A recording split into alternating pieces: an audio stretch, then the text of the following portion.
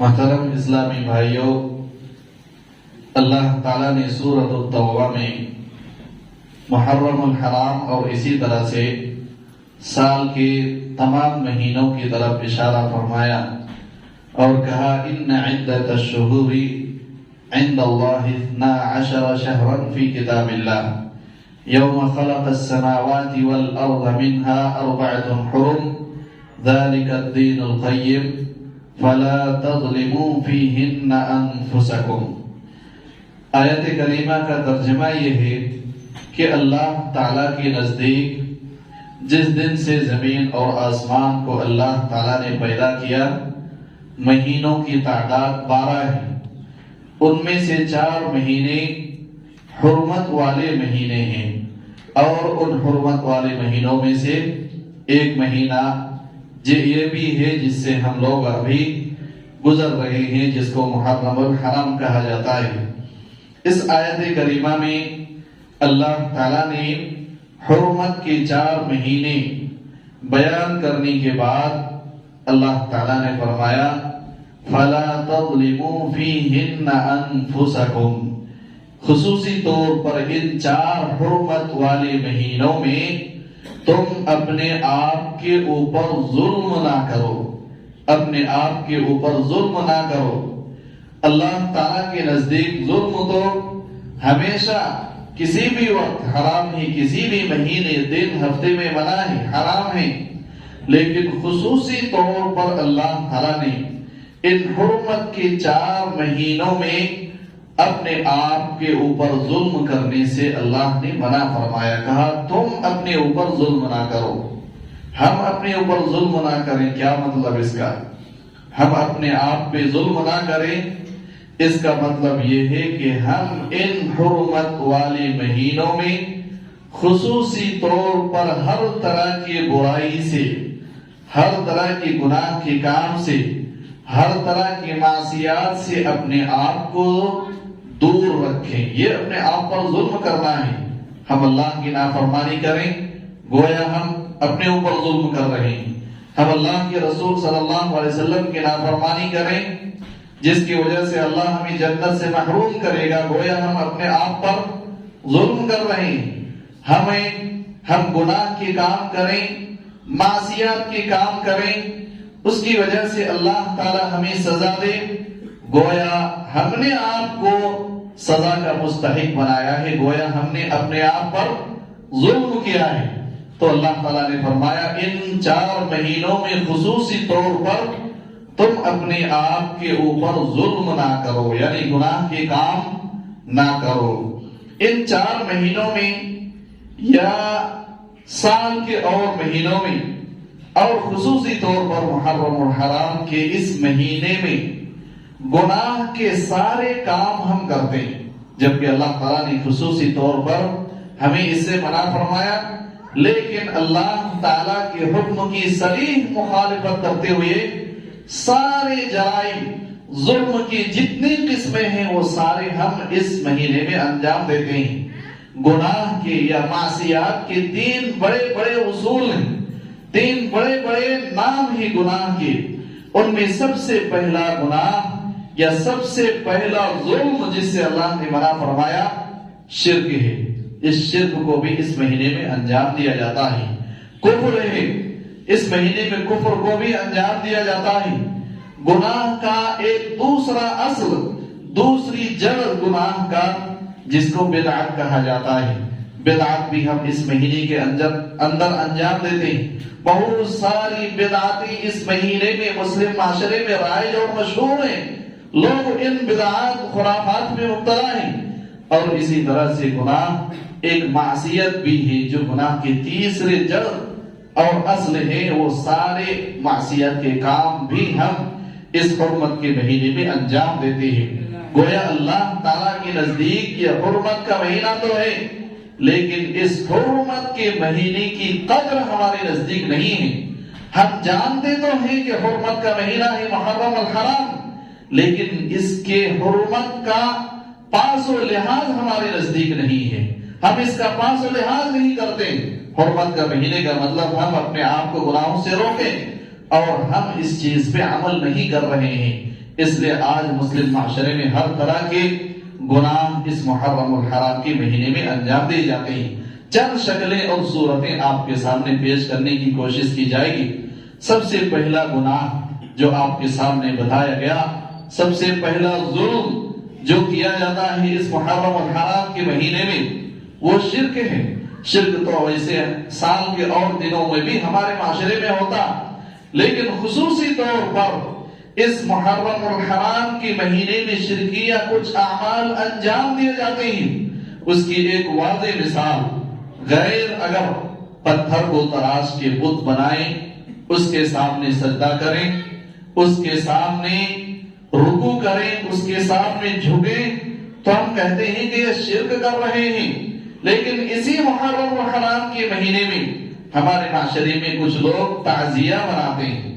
تعزیہ وہی جس طرح سے غیر کفار مشرکین بت بناتے ہیں، سیم اسی انداز کے ہم بھی بانس اور دوسری لکڑیوں کے ذریعے سے تعزیہ بناتے ہیں۔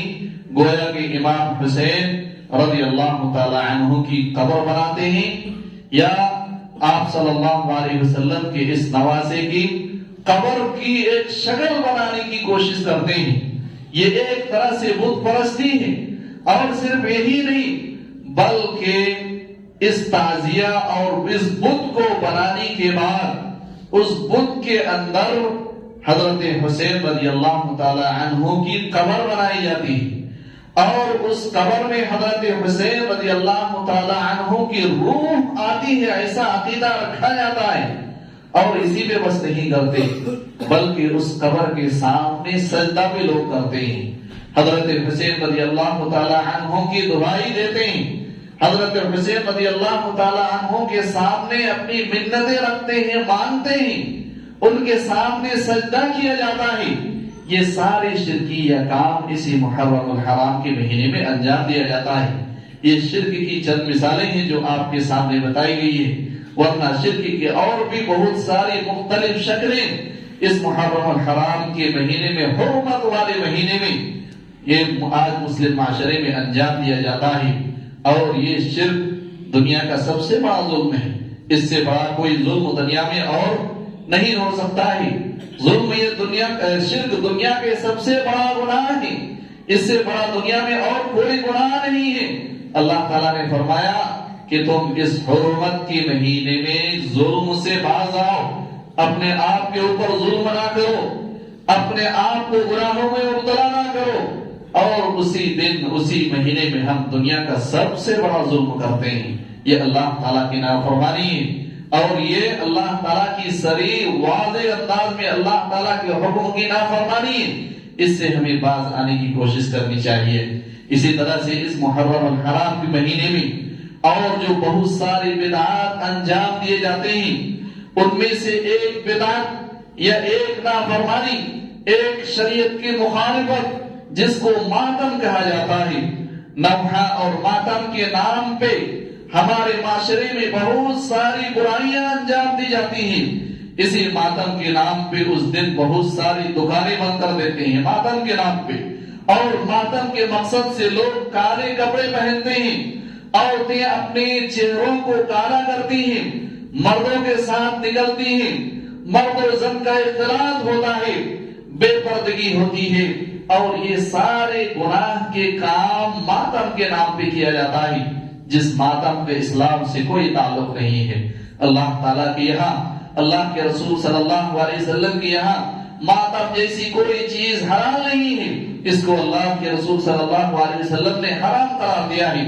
آپ صلی اللہ علیہ وسلم نے فرمایا کہ جو شخص اپنے گریبان کو چاک کرے، اپنے کپڑے کو پھاڑے، اپنے چہرے کو مارے، اپنے جسم کو لہو لہان کرے، اپنے جسم میں زخم ڈالے، اپنے آپ کو تکلیف میں مبتلا کرے، یہ سب حرام کام ہی اللہ کے رسول صلی اللہ علیہ وسلم نے فرمایا ایسا کرنے والا ہم میں سے نہیں ہے۔ اس لیے ضرورت ہے کہ یہ ماتم ہمیں اللہ تعالیٰ نے اس کی اجازت نہیں دی ہے، اللہ کے رسول صلی اللہ علیہ وسلم نے اس کی اجازت نہیں دی ہے، تو ہم کس وجہ سے ماتم کریں؟ حضرت حسین رضی اللہ تعالی عنہ کے نام پہ، ان کی شہادت کے نام پہ یہ ماتم کیا جاتا ہے۔ لیکن یہ ماتم اگر حسین رضی اللہ تعالی عنہ کی شہادت کی وجہ سے ہے تو حسین رضی اللہ تعالی عنہ سے بڑے اور حسین رضی اللہ تعالی عنہ کے نانا اللہ کے رسول صلی اللہ علیہ وسلم نے خود اس سے منع فرمایا ہے. لہذا ہمیں ان چیزوں سے اپنے آپ کو باز رکھنا چاہیے. اور آج ہمارے معاشرے میں اس ماتم کے نام پہ جو برائیاں کی جاتی ہیں وہ الگ ہیں. ماتم صرف ہم نے نام دیا ہے، ورنہ ماتم اگر ہم ان جلوس کو دیکھیں جو ماتم کے نام پہ کیا جاتا ہے، یا ماتم کے نام پہ جو محفلیں سجائی جاتی ہیں، ماتم کے نام پہ جو برائیاں کی جاتی ہیں، ماتم کے نام پہ جو ناچ گانے ڈی جے بجایا جاتا ہے، ماتم کے نام پہ لڑکے اور لڑکیاں ہمارے معاشرے کے نوجوان جو ناچ اور گانے کرتے ہیں، ناچ اور ڈانس کرتے ہیں، اگر ان ساری چیزوں کی تصویریں ہم دیکھیں، سوشل میڈیا پہ بہت سارے ویڈیو آپ دیکھتے ہوں گے، ان کو دیکھ کے کبھی نہیں لگتا کہ لوگ ماتم کر رہے ہیں. ماتم میں کون ناچتا، ماتم میں کون گانا بجاتا؟ اور اس ماتم کے نام پہ ایک طرح سے حسین رضی اللہ تعالی عنہ کی شہادت کا دن خوشی کا دن منایا جاتا ہے. اگر کوئی ناچ کر رہا ہے، کوئی ڈانس کر رہا ہے، کوئی مٹھائیاں بانٹ رہا ہے، کوئی سبیلے لگا رہا ہے، کوئی کھانا کھلا رہا ہے ماتم کے نام پہ، تو یہ ماتم کے نام پہ یہ ساری چیزیں نہیں کی جاتی ہیں. ماتم کے نام پہ نہیں، بلکہ یہ ساری چیزیں خوشی کی وجہ سے کی جاتی ہیں. اور اگر خوشی کی وجہ سے یہ چیزیں کر رہے ہیں تو اس سے بھی بڑا اور کوئی ظلم نہیں. اور جس دن حضرت حسین رضی اللہ تعالی عنہ اللہ کے رسول صلی اللہ علیہ وسلم کے نواسے حسین رضی اللہ تعالی عنہ کی موت ہو، شہادت ہو، اور اس دن کو ہم خوشی کا دن بنا لیں تو اس سے بڑا اور بھی کوئی گناہ نہیں ہو سکتا، اس سے بڑی ظلم کی بات اور کوئی نہیں ہو سکتی ہے. اس لیے ہمیں اس دن کو نہ تو ماتم کے طور پہ منانے کی کوشش کرنی چاہیے اور نہ ہی اس دن کو ہمیں خوشی کے دن کے طور پہ منانے کی کوشش کرنی چاہیے. اسی طرح سے اللہ کے رسول صلی اللہ علیہ وسلم کی صریح مخالفت، شریعت کی صریح مخالفت، اللہ تعالیٰ کی نافرمانی کرتے ہوئے اس محرم الحرام کے مہینے میں ایک اور بڑا ظلم کیا جاتا ہے جسے اللہ نے قرآن میں منع فرمایا. اور میں نے جو آیت کریمہ کی پڑھی آپ کے سامنے، اس میں بھی اللہ تعالیٰ نے کہا تم اپنے آپ پر ظلم نہ کرو، گناہ نہ کرو. ایک اور مخالفت، ایک اور بڑا جرم، ایک اور بڑا گناہ اسی محرم الحرام کے مہینے میں بکثرت کیا جاتا ہے، اور وہ ہے دنیا کی سب سے مقدس ترین جماعت صحابہ کرام کی جماعت کو گالیاں دی جاتی ہے. ان صحابہ کرام سے اپنے آپ کو برات کا اظہار کیا جاتا ہے، اپنے آپ کو بری کیا جاتا ہے. ان صحابہ کرام سے اپنی لا تعلقی کا اظہار کچھ لوگ کرتے ہیں. ان صحابہ کرام کو برا بھلا کہا جاتا ہے، ان کو منافقین کے زمرے میں رکھا جاتا ہے، ان کو کفر سے، شرک سے، نفاق سے متصف کیا جاتا ہے. جبکہ اللہ تعالیٰ نے بے شمار جگہ میں ان لوگوں کی تعریف کی ہے. اس مقدس جماعت کے بارے میں اللہ تعالیٰ نے کہا اولئک هم المتقون، یہ متقی لوگ ہیں. جن کے بارے میں اللہ تعالیٰ نے کہا اولئک هم المفلحون، یہی کامیاب لوگ ہیں دنیا آخرت ہر جگہ. جن کے بارے میں اللہ تعالیٰ نے کہا اولئک هم الراشدون، یہی ہدایت یافتہ لوگ ہیں. جن کے بارے میں اللہ تعالیٰ نے کہا کہ اگر تم ان کی طرح سے ایمان لاؤ تب تم ہدایت پہ آؤ گے، اگر ان کی طرح ایمان نہیں لائے تو ہدایت نصیب نہیں ہوگی. جن کو ہدایت کا معیار قرار دیا گیا، جن کو ہدایت کا ایک معیار اور ترازو، ہمارے اپنے ایمان کو ناپنے کا ترازو جس جماعت کو کیا گیا، اس جماعت کو اس محرم الحرام کے مہینے میں گالیاں دی جاتی ہے. ابو بکر صدیق رضی اللہ تعالی عنہ کو گالی دی جاتی ہے کہ ابو بکر صدیق رضی اللہ تعالی عنہ نے علی رضی اللہ تعالی عنہ خلافت کے حقدار تھے، ان کو نہیں دیا، خود خلیفہ بن گئے. عمر رضی اللہ تعالی عنہ کو گالیاں دی جاتی ہیں. عائشہ رضی اللہ تعالی عنہ کے اوپر تہمتیں لگائی جاتی ہیں. حضرت عثمان رضی اللہ تعالی عنہ کو گالیاں دی جاتی ہیں. اسی مقدس مہینے میں، اسی حرمت والے مہینے میں یہ سارے گناہ کے کام انجام دیے جاتے ہیں جو کہ ہمارے لیے جائز اور درست نہیں ہے۔ صحابہ کرام کی جماعت مقدس جماعت ہے، اور صحابہ کرام کے بارے میں ہر ایک مسلمان کو ایک بنیادی عقیدہ تو ہمیشہ یہ مان لینا چاہیے، کیونکہ ہم میں سے سارے لوگوں کو ہر ایک صحابی کی فضیلت کو یاد رکھنا، ان کو پڑھنا، ان کو جاننا ممکن نہیں ہے، لیکن اہل سنت والجماعت نے، علماء کرام نے صحابہ کرام کے بارے میں ہمارا قرآن اور حدیث کے مطابق کیا عقیدہ ہونا چاہیے، ان کا چند اصول کا ذکر کیا گیا ہے۔ ان اصول میں سے ایک اصل یہ ہے کہ ان صحابہ کرام میں سے ہر ایک صحابہ کسی بھی درجے کے صحابہ ہو، چاہے وہ چھوٹا ہو یا بڑا ہو، چاہے ان کو صحبت زیادہ ملی ہو یا کم ملی ہو، ایک نگاہ بھی اگر کسی صحابی کی اللہ کے رسول صلی اللہ علیہ وسلم کے اوپر پڑ گئی ہو تو وہ صحابی کے زمرے میں ہے، اور کسی ایک صحابی کے بارے میں ہم اپنی زبان نہیں کھول سکتے، کسی ایک صحابی کو ہم برا بھلا نہیں کہہ سکتے، کیونکہ یہ منتخب کردہ جماعت ہے، اللہ نے ان کا انتخاب کیا ہے۔ رسول اللہ صلی اللہ علیہ وسلم نے اپنے دوست، اپنے یار اور اپنے ساتھی کے طور پر ان کو تسلیم کیا ہے، اور اس دنیا کی سب سے مقدس ترین دولت، سب سے قیمتی سرمایہ اسلام اور ایمان کو لوگوں تک پہنچانے کے لیے جس جماعت کا اللہ تعالیٰ نے انتخاب کیا، جن لوگوں کا اللہ تعالیٰ نے انتخاب کیا، وہ صحابہ کرام ہیں۔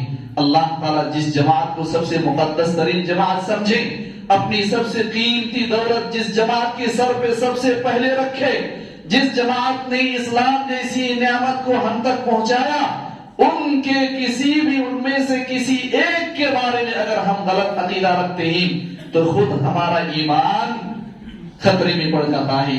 اس لیے کسی ایک صحابی کے بارے میں غلط عقیدہ رکھنا یہ کفر ہے۔ کسی ایک صحابی کو گالی گلوچ کرنا، ان کو کفر سے، شرک سے یا نفاق سے متصف کرنا، ان کو برے القاب سے نوازنا، برا عقیدہ، غلط عقیدہ رکھنا، یہ خود بذات کفر ہے۔ کیونکہ کسی ایک صحابی کے بارے میں اگر ہم غلط عقیدہ رکھتے ہیں، اللہ تعالیٰ نے کہا وَكُلًّا وَعَدَ اللَّهُ الْحُسْنَى، ہر ایک صحابی کے بارے میں ہم نے جنت کا وعدہ کیا ہے، ہر ایک صحابی کے بارے میں اللہ تعالیٰ نے جنت کا وعدہ کیا ہے، یہ قرآن کہہ رہا ہے۔ اگر ہم کسی ایک صحابی کو برا بھلا کہتے ہیں، گویا ہم قرآن کو نہیں مانتے، قرآن کا انکار کر رہے ہیں، اور قرآن کا انکار یہ کفر ہے۔ اس لیے ضرورت ہے کہ اللہ کے رسول صلی اللہ علیہ وسلم کے ان ساتھیوں کا ادب کیا جائے، ان کا احترام کیا جائے، ان کو اچھے ناموں سے یاد کیا جائے، ان کی قربانیوں کو تسلیم کیا جائے، انہوں نے ہمارے اوپر جو احسانات کیے ہیں ان کو تسلیم کیا جائے، ان کا شکریہ ادا کیا جائے کہ ایسے موقع سے انہوں نے اپنی جان دی، اپنی ساری دنیا کی قیمتی ترین چیزوں کو اللہ کے راستے میں قربان کیا، اور اپنی جان کی قربانی، اپنی مال کی، اپنی اعزہ اقارب کی، اپنی ساری دولت کی، دنیا کی ساری چیزوں کی قربانیاں دے کے انہوں نے اسلام کو ہم تک پہنچانے کی کوشش کی، ہم تک اسلام پہنچا۔ یہ ہمارے اوپر ان کے احسانات ہیں، اور ہم اگر ان احسانات کو بھلا دیں اور ہم احسان فراموش بن جائیں تو ہم سے بڑا اپنے اوپر ظلم کرنے والا اور کوئی نہیں ہو سکتا ہے۔ اس لیے جتنی بھی برائیاں ہیں اس معاشرے میں ہمارے محرم الحرام کی اس مہینے میں انجام دیے جاتے ہیں، ان تمام برائی کو ہم سب کو روکنے کی ضرورت ہے، ان تمام برائی سے اپنے آپ کو الگ کرنے کی ضرورت ہے، اپنے رشتہ داروں کو سمجھانے بجھانے کی ضرورت ہے۔ اور علامہ ابن القیم رحمت اللہ علیہ کی وہ بات جو پچھلے خطبہ جمعہ میں بھی پیش کی گئی تھی، علامہ ابن القیم رحمت اللہ علیہ نے فرمایا کہ محرم الحرام کی 10 تاریخ میں صرف روزہ رکھا جائے، روزہ رکھنے کے علاوہ قرآن اور حدیث میں کوئی بھی چیز کرنے یا نہ کرنے کا نہیں ہے، صرف روزہ رکھنے کا ثبوت ہے۔ اس کے علاوہ ہمارے معاشرے میں جو کچھ کیا جاتا ہے شریعت کا اس سے کوئی تعلق نہیں ہے۔ اس لیے 10 محرم الحرام ہو یا 9 محرم الحرام ہو یا اس کے بعد کے محرم الحرام کے اور ایام ہوں، ہمیں کوئی بھی دوسرا کام جو شریعت کے خلاف ہے، جس کا ثبوت شریعت میں نہیں ہے، ہمیں نہیں کرنا چاہیے۔ آج محرم الحرام کی 9 تاریخ ہے، کل محرم الحرام کی 10 تاریخ ہے۔ الحمدللہ آج بہت سارے لوگوں نے روزہ رکھا ہوگا. اسی طرح سے محرم الحرام کی کل 10 تاریخ ہے. اللہ کے رسول صلی اللہ علیہ وسلم نے 10 تاریخ کا روزہ رکھا اور صحابہ کرام کو بھی 10 تاریخ کے روزے رکھنے کا حکم دیا. اور جب صحابہ کرام نے کہا کہ 10 تاریخ کا روزہ یہود بھی رکھتے ہیں، اللہ کے رسول صلی اللہ علیہ وسلم نے پوچھا کہ کیوں وہ 10 تاریخ کو روزہ رکھتے ہیں؟ آپ صلی اللہ علیہ وسلم کو بتایا گیا کہ 10 تاریخ کو موسیٰ علیہ السلام کو فرعون کے ظلم و ستم سے نجات ملی تھی، اسی کے لیے وہ 10 تاریخ کو خوشی میں اللہ تعالیٰ کا شکریہ ادا کرنے کے لیے روزہ رکھتے ہیں. اللہ کے رسول صلی اللہ علیہ وسلم نے فرمایا کہ اللہ کا شکریہ ہمیں موسیٰ علیہ السلام کو نجات ملنے پر یہود سے زیادہ ادا کرنا چاہیے. اس لیے 10 تاریخ کا آپ صلی اللہ علیہ وسلم نے روزہ رکھا اور 9 تاریخ کا روزہ رکھنے کی خواہش بھی ظاہر کی کہ آئندہ سال انشاءاللہ ہم 9 تاریخ کا بھی روزہ رکھیں گے تاکہ ہم اللہ تعالیٰ کا شکریہ ادا کرنے کے لیے 10 تاریخ کا روزہ بھی رکھیں اور 9 تاریخ یہود کے مخالفت کی وجہ سے روزہ رکھیں گے. لیکن 9 تاریخ کے آنے سے پہلے آئندہ سال محرم الحرام کے آنے سے پہلے اللہ کے رسول صلی اللہ علیہ وسلم کا انتقال ہو جاتا ہے اور آپ صلی اللہ علیہ وسلم کی یہ تمنا اور خواہش رہ جاتی ہے. اس لیے علماء کرام کے نزدیک آج یعنی 9 تاریخ اور کل 10 تاریخ یہ 2 دن کے روزے رکھنا سب سے افضل ہے.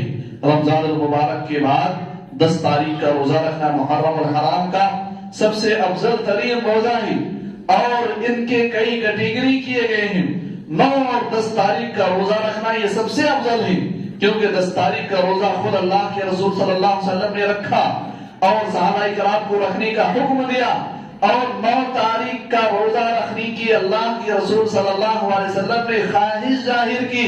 لہذا جس کام کو آپ نے کیا اور جس کی خواہش ظاہر کی وہ سب سے بہتر ہے. اس لیے 9 اور 10 کا روزہ رکھنا ہمارے لیے یہ سب سے افضل ہے. لیکن اگر کسی نے آج روزہ نہیں رکھا، 9 تاریخ کا روزہ نہیں رکھ پایا تو اللہ کے رسول صلی اللہ علیہ وسلم کا ایک اور سنت، آپ صلی اللہ علیہ وسلم کا ایک طریقہ، آپ صلی اللہ علیہ وسلم نے 10 محرم الحرام کا روزہ بھی تنہا رکھا. اس لیے اگر کوئی صرف 10 تاریخ کا ایک روزہ بھی رکھتا ہے انشاءاللہ اس روزے کا حقدار، اس کے ثواب کا حقدار بھی وہ ٹھہرے گا. اس لیے صرف اگر کوئی ایک روزہ بھی رکھنا چاہے تب بھی 10 محرم الحرام کا روزہ رکھ سکتا ہے. اور اگر کوئی مثال کے طور پر آج نہیں رکھ پایا، کل 10 تاریخ ہے، اس کے بعد پھر پرسوں 11 تاریخ ہے، اگر کوئی 10 محرم الحرام کے ساتھ ساتھ 11 محرم الحرام کے روزہ رکھنا بھی چاہے تو ایسی صورت میں انشاءاللہ یہ 2 دن کے روزے بھی رکھ سکتے ہیں.